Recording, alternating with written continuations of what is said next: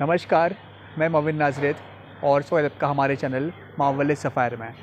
मैं हूँ नवी मुंबई के ऐरोली क्षेत्र में और आज हमारे साथ नवी मुंबई के यूथ के बड़े चेहरे चिन्मय जी और संतोष केदारे जी मौजूद हैं और तमाम जो आज यूथ भारत की जो यूथ है, युवा है, किस परिस्थिति के साथ गुजर रहे हैं, इस पर हम खास संवाद करेंगे, खास चर्चा करेंगे। जैसे कि पता है कि आज जो हमारे देश के युवा है वो मानसिक वेदना से गुजर रहे हैं, वो ड्रग्स के शिकार हो रहे हैं। जो बेरोज़गारी का स्तर है वो दिन बर दिन बढ़ते जा रहा है और इसके कारण काफ़ी सारे जो हमारे युवक हैं वो दुख दर्द पीड़ा में जी रहे हैं। क्योंकि चिन्मय जी और संतोष केदारे जी काफ़ी वर्षों से हमारे महाराष्ट्र के युवाओं के लिए काम कर रहे हैं। इनको गहरा अभ्यास है कि यूथ की क्या परिस्थिति है। तो चिन्मय जी आपका और संतोष जी आपका और सर आपका बहुत बहुत स्वागत है हमारे चैनल में।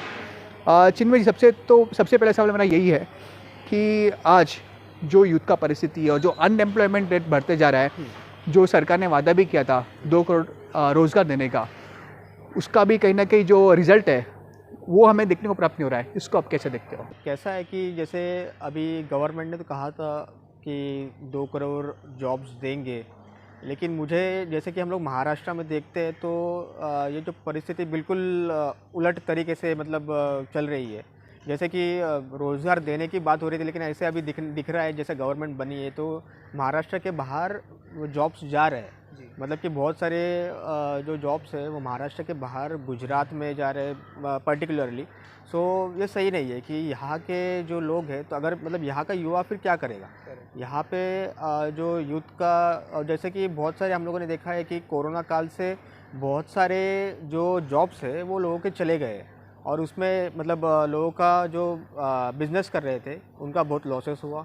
उसके बाद जो अपने जॉब्स थे वो चले गए और अभी जो अराउंड 2022-2023 के दरमियान हमने देखा कि गुजरात का इलेक्शंस था, तो इलेक्शंस में थोड़ा सा वहाँ के लोगों को इंस्पायर करने के लिए, थोड़ा सा मोटिवेट करने के लिए, दिखाने के लिए यहाँ के जॉब्स वहाँ पे शिफ्ट कर दिए। तो इससे यहाँ से जॉब चले गए। इससे कारण ये ऐसा हो रहा है कि महाराष्ट्र का जो यूथ है वो डिप्रेशन में जा रहा है और ये डिप्रेशन में जाने के कारण ऐसा हो रहा है कि बहुत सारी बुरी संगति में जाना या खुद को बहुत डीमोटिवेटेड फील करना, ऐसी चीज़ें हो रही है। संतोष जी, मुझे नवी मुंबई का तो पता नहीं, पर जो आज मुंबई का परिस्थिति है तो बहुत सारे हमारा जो यूथ है, युवा है, आज ड्रग्स के शिकार हो रहे हैं। तो उसका मुख्य कारण ये भी है कि जो अनएम्प्लॉयमेंट रेट है, एजुकेशन पॉलिसी भी हमारा देश का और महाराष्ट्र का सही प्रकार का नहीं है, उसके कारण रोज़गार पैदा नहीं होता है। ना हमारा जो यूथ है वो स्टार्टअप में, एंटरप्रेन्योरशिप में जा रहे हैं, उसमें वो डिप्रेशन में जा रहे हैं। तो सर जो ड्रग्स का जो मामला है जो देश में बढ़ते जा रहा है, गुजरात में आपको पता रहेगा गए वर्ष में इतने करोड़ों का ड्रग्स मिला था, तो ड्रग्स भी खुले मार्केट में बिक रहा है। तो इस पर कैसा अंकुश लगना चाहिए और तमाम जो हमारे देश के यूथ है तो उनके लिए आपका क्या संदेश रहेगा कि वो ड्रग्स का शिकार ना बने और देश के निर्माण के लिए, नव निर्माण के लिए वो कार्य करें? नमस्कार सर, आपने जो सवाल पूछा है वो सवाल मैं थोड़ा सा पॉलिटिकली लेना चाहूँगा, क्योंकि हम लोग हमारे रिप्रेजेंटेटिव के तौर पर हम लोग जनप्रतिनिधियों को चुनते हैं पॉलिटिक्स में। तो उनकी जिम्मेदारी होती है कि युवाओं के साथ पूरी कम्युनिटी का जो सोसाइटी है उनकी रिस्पॉन्सिबिलिटी उनके पास होती है, उनकी सोशली, उनकी एजुकेशनली और उनकी फाइनेंशियली जो भी ग्रोथ है वो पॉलिटिकल लोगों के हाथ में होती है।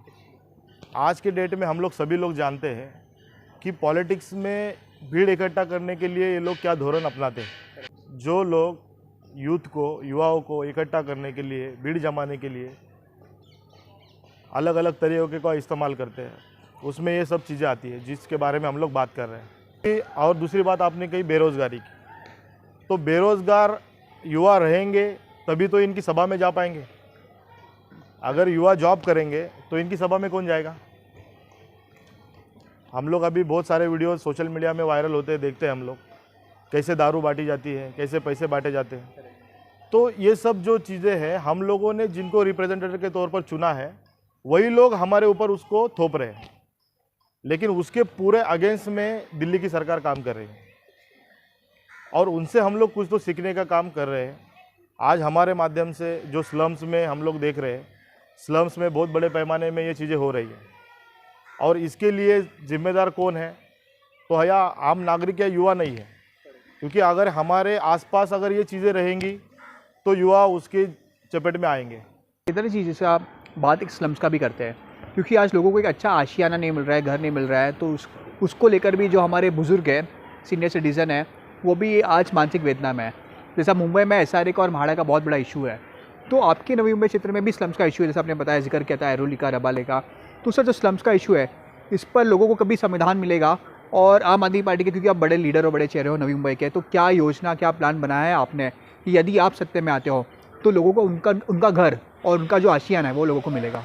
ज़रूर सर, एक्चुअली आम आदमी पार्टी का जो धोरण दिल्ली में है कि एक सिस्टम उन्होंने लागू किया है। दिल्ली में जो अभी नए जो स्लम्स है वो डेवलप नहीं होने देंगे, और जो अभी तक डेवलप हुए हुए स्लम्स है उनको अच्छी तरीके से पक्का मकान देंगे।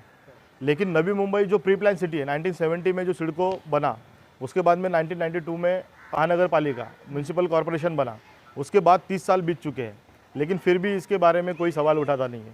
क्योंकि स्लम्स अगर डेवलप होता है, मैंने जैसे पहले बात की थी कि इन लोगों को भीड़ इकट्ठा करनी है। ये जितने भी लीडर्स हैं इनको पता है कि इनके एक सभा में कोई भी नहीं जाएगा, इसलिए ये लोगों को बेरोज़गार बना रहे हैं, स्लम्स डेवलप कर रहे हैं। क्योंकि स्लम्स में गरीब लोग होते हैं, उनका पैसों से इस्तेमाल करके इनकी सभाओं में लोग जाते हैं। तो इसलिए सबसे ज़्यादा मैं जिम्मेदार मानता हूँ तो पॉलिटिशियंस को। इसलिए हमारे जैसे जो लोग हैं जिनको समाज की तकलीफ समझ में आ रही है, वो लोग पॉलिटिक्स में आके आने वाले समय में नवी मुंबई में अगर आम आदमी पार्टी की सरकार आती है तो जो दिल्ली में पैटर्न लागू है वो नवी मुंबई में भी लागू होगा। जिनमें जी बहुत सारा प्रोग्राम्स और कार्यक्रम आम आदमी पार्टी के द्वारा और आपके संगठन के द्वारा पूरे नवी मुंबई में लिया जाता है। तो सर यूथ एम्पावरमेंट के लिए क्या प्रोग्राम्स और क्या इवेंट्स आप लोग ले रहे हो ताकि उनमें भी एक अवेयरनेस फैले, और जो हमारा देश जो शहीद भगत सिंह का देश है, तो स्कूल में पढ़कर हम बड़े हुए हैं, तो कहीं ना कहीं आज लोग उनको भूल रहे हैं, तो हमारे युवाओं के लिए कुछ स्पेशल प्लान ऑफ एक्शन आपने बनाया है? हम जो है आम आदमी पार्टी की तरफ से हम जो लोग हैं वो इस विचारधारा को मानने वाले हैं कि शहीद आज़म भगत सिंह, छत्रपति शिवाजी महाराज और डॉक्टर बाबा साहेब अम्बेडकर, इनकी विचारधारा पर चलने वाले लोग हैं। जैसे कि छत्रपति शिवाजी महाराज ने जो एक स्वराज निर्माण की जो बात की थी, आज जैसे कि हम देख रहे हैं कि अरविंद केजरीवाल जी के मतलब नेतृत्व में आज स्वराज, जैसे कि मराठी में हम कहते हैं कि रयतेचे राज्य यानी कि जो कॉमन पीपल है उनका जो रूल आना चाहिए। तो हम उस प्रिंसिपल पे मतलब हम सिर्फ बात ही नहीं करते, तो उसका इम्प्लीमेंटेशन भी करते हैं। उस तरह से जैसे कि डॉक्टर बाबा साहेब अम्बेडकर कहते थे कि सबको समता से रहना चाहिए, समता यानी इक्वालिटी से रहना चाहिए। तो इक्वालिटी की हम बात करते हैं। जैसे आपने सवाल पूछा कि आप एम्पावरमेंट के लिए क्या करना चाहते हैं, तो सबसे बड़ा मुद्दा अभी है कि एम्प्लॉयमेंट का। तो उनके एम्पावरमेंट के लिए हम लोग अभी जैसे कि बहुत सारे MPSC है एग्ज़ाम्स है, UPSC एग्ज़ाम्स है, उसके जो एक्सपर्टाइज है, जैसे कि आप देखते होंगे कि जो बहुत सारे लोग हैं कि जो ऐसे लोग भी हमने देखे हैं जो फ्री में लोगों को पढ़ा रहे हैं, या फिर बहुत एकदम मिनिमम कॉस्ट में जो पढ़ा रहे हैं, उनके सेमिनार्स या फिर उनके जो प्रोग्राम्स है हम नवी मुंबई के यूथ्स के लिए आने वाले समय में करने के हम लोग का प्लानिंग चल रहा है। और अभी जैसे कि बेरोज़गारी का मुद्दा है, तो 23 जनवरी को हमने थाना जिला के शासकीय विश्राम गृह के सामने हमने बेरोज़गारी के खिलाफ हमने एक बड़ा आंदोलन रखा है। और इसमें हम लोग जो मुद्दे उठाने वाले हैं कि जैसे मतलब कि महाराष्ट्र के बाहर जो जॉब्स जा रहे हैं उसके ऊपर हम बात करने वाले हैं। और कि बहुत लोगों को पता भी नहीं होता है कि 2002 में एक सर्कुलर या ऑर्डर आया था जिसमें कहा गया था कि 80% जो यहाँ के लोकल यूथ्स है उनको हर सेक्टर में जॉब मिलना चाहिए, प्राइवेट सेक्टर में, और 50% यूथ जो है उनको सुपरवाइजरी रोल्स में उनको कंपलसरी जॉब का ये होना चाहिए। अभी हम लोग ये गवर्नमेंट से पूछना चाहेंगे, 2 महीने का हम गवर्नमेंट को अल्टीमेटम देने वाले कि आप सर्वे कराइए कि इनका जो रूल का है उसका पालन हो रहा है कि नहीं। जैसे कि मतलब मैं जब कह रहा हूँ कि यहाँ के लोकल यूथ्स यानी मैं ये नहीं कह रहा हूँ कि बस महाराष्ट्र या मराठी यूथ्स ही, जो 15 साल से डोमिसाइल है उसको यहाँ का लोकल यूथ कहा जाता है, तो लोकल व्यक्ति कहा जाता है। तो ऐसे व्यक्तियों को जॉब्स का पहले प्राधान्य होना चाहिए। ऐसी हम गवर्नमेंट से और कलेक्टर के माध्यम से मुख्यमंत्री कार्यालय को मतलब सवाल पूछने वाले। चिन्मय जी, सबसे पहले तो आपको बहुत बहुत अभिनंदन कि जो कार्य आपका टीम ने कोरोना काल में किया है, आपको बहुत ही शाबाशी मिला है, बहुत सारे NGO से हमने देखा आपको अवार्ड मिला है। तो कोरोना काल में आपका क्या एक्सपीरियंस रहा, क्या अनुभव रहा, हमें बताइए। और सेकेंड चीज़ ये है कि जो फेल्योर स्वास्थ्य के क्षेत्र में देखने को प्राप्त हुआ, हॉस्पिटल्स में ऑक्सीजन नहीं थे, बेड्स नहीं थे हमारे मरीज़ों के लिए, तो नवी मुंबई का क्या परिस्थिति था और उस वक्त का अनुभव क्या रहा आपका? कोरोना काल में इस तरह से हुआ था कि मतलब पूरी तरह से जो हमारी यंत्रणा थी जिसको कहते हैं वो पूरी तरह से डिस्टर्ब थी। उनको कुछ पता ही नहीं था कि कहाँ पे और किस तरह से मतलब काम करना है। तो उस समय अरविंद जी ने हमें वहाँ दिल्ली से ऑक्सीमीटर्स भेजे थे सबसे पहले इनिशियल फेज़ में। तो उससे लोगों को हमने ये बताने की कोशिश की आपको ऑक्सीजन लेवल अगर सही है तो आपको डरने की कोशिश नहीं है। तो जैसे हमने ऑक्सीमीटर का उपक्रम जो था मतलब अरविंद जी ने हमें दिया था, प्रीति मैडम शर्मा मैडम ने दिया था, धनंजय जी ने दिया था, उससे हमने ऑक्सीमीटर का अभियान चलाया। उससे लोगों को जागरूक किया कि आपको डरने की ज़रूरत नहीं, पहली बात तो। उसके बाद में जैसे कि इनिशियली ये काम करने के बाद सेकेंड फेज़ में ऐसे हुआ कि बेड्स की अवेलेबिलिटी नहीं थी, तो और ऑक्सीजन सिलेंडर्स की अवेलेबिलिटी नहीं थी। लोगों को तो मतलब अगर कोई मतलब व्यक्ति का देहांत भी होता है तो उसको पहुंचाने के लिए एम्बुलेंस भी नहीं थी। तो उस वक्त पे हमने मतलब नवी मुंबई महापालिका के उस समय के जो आयुक्त थे अभिजीत जी बांगर, उनसे मुलाकात की और मतलब हमने एक ये कहा कि हम अभी सत्ता में नहीं है और ना ही अपोजिशन में है, लेकिन एज ए सोशल रिस्पॉन्सिबिलिटी हम आगे आके ये करना चाहते हैं कि हम आपको हेल्प करना चाहते हैं, आपके आरोग्य विभाग को।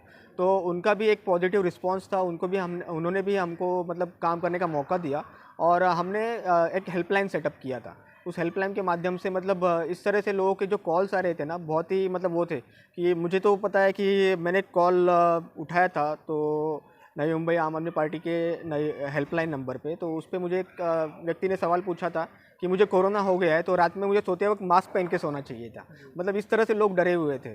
तो मतलब उनको मतलब प्रॉपर कौन से एक्यूरेट इन्फॉर्मेशन देना कि कौन से हॉस्पिटल में बेड्स अवेलेबल है, कौन से कहाँ पे ऑक्सीजन के जो सप्लायर्स है ऑक्सीजन सिलेंडर्स के, उनके कॉन्टैक्ट्स प्रोवाइड करना।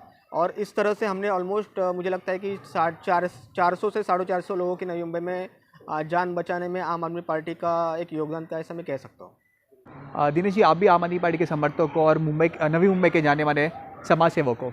मेरा सवाल आपसे ये है कि नवी मुंबई का जो पॉलिटिकल सिनेरियो है आज का, उसको आप कैसे देखते हो और तमाम जो हमारे देश के युवा है, देश के नवनिर्माण के लिए कार्य करें, एक संदेश तमाम युवाओं के लिए।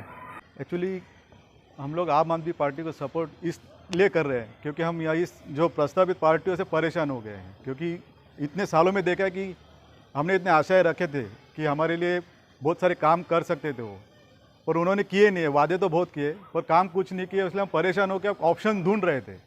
एक आंदोलन से अब ये पार्टी आई हुई है, तो इन्होंने अभी तक जो काम जो किए हुए जो सब आम आदमी के लिए किए हैं, जो हम लोग अपेक्षा करते थे पार्टियों से दूसरे कि जो हमारे लिए काम करे, पर आज की तारीख में उन्होंने जो हमें अब तक निराश नहीं किया है।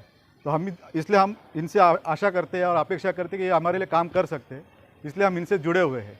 और मतलब इन प्रस्तावित पार्टियों का जो है वो हमारा हर बार मोह भंग किया हुआ है उन्होंने, इसलिए हम अभी वापस उनके पास जाने के अलावा हमारे पास ऑप्शन है, इसलिए हम आम आदमी पार्टी के साथ रहना चाहते हैं जब तक वो हमारे लिए काम करेंगे। विनोद इंगले हो और युवाओं के लिए मैं ज़्यादा कुछ न कहते हुए तो अपना कम समय में एक बात रखता हूँ। जैसे चिन्मय जी और संतोष भाऊ केदारे जी, ये कोई बाल पके हुए आदमी नहीं है, बूढ़े आदमी तो नहीं है, ये युवा दिखने वाले युवा है। तो इनका जो कार्य करने का जो स्ट्रेटजी है वो युवाओं ने अपनानी चाहिए। दूसरी बात, इन्होंने जिनका आदर्श लिया, जिनके विचारधारा अपने दिमाग में माइंड में रख के जो काम कर रहे हैं, उसी तरह से देश के युवाओं ने इन दोनों युवाओं से प्रेरणा लेनी चाहिए। और रही बात जो युवा बेरोजगार इस देश में करके रखे और जिन्होंने किए हैं वो रूलिंग पार्टी और उससे पहले जो रूलिंग में थी वो पार्टी, तो ये दोनों पार्टी जो हमेशा कभी ये रूलिंग में कभी वो रूलिंग में, तो बेरोजगारी, युवाओं की बेरोजगारी और युवाओं की समस्या इन्होंने बढ़ा के रखी है। तो युवाओं की समस्या जिन पार्टियों ने बढ़ा के रखी है, तो युवाओं ने उस पार्टियों की तरफ ध्यान देना चाहिए कि हमें वापस उस पार्टी में शामिल होना है, या इन जैसे संतोष भाऊ केदारे और चिन्मय जी घोड़े जी और दिनेश दादा ठाकुर, हमें इन लोगों ने जिस केजरीवाल साहब के साथ में अपना समय, अपना तन मन धन सब देने का वादा किया है, तो उस पार्टी से जुड़ना है। या पहले हमको जिस पार्टी में हमको समस्या निर्माण हुई है, जिन्होंने हमारे मतलब शिक्षा, बेरोजगार और जो कुछ हमारे मतलब गवर्नमेंट के जो यहाँ पे इस देश में जो गवर्नमेंट के सेक्टर थे उन्होंने प्राइवेटाइजेशन करके युवाओं को बेरोजगार किया है। धन्यवाद चिन्मय जी, इंगले जी और संतोष जी आपका, नीरज जी आपका और युवराज जी आपका कि आप लोग ने कीमती समय में से हमें समय दिया इस इंटरव्यू के लिए। और एक बात का धन्यवाद आपको इसके लिए भी है कि आज जो हमारे देश के युवा आज इंस्टाग्राम में रील कर रहे हैं, पार्टीज में जा रहे हैं, वही समय आप देश के नवनिर्माण के लिए और महाराष्ट्र के नवनिर्माण में आपका समय बिता रहे हो, इसलिए आपका बहुत बहुत धन्यवाद। और आपके फ्यूचर कार्य के लिए जब भी हमारी मीडिया की ज़रूरत होगी, हमारी मीडिया आपको पूरा कवरेज देगी। Thank you.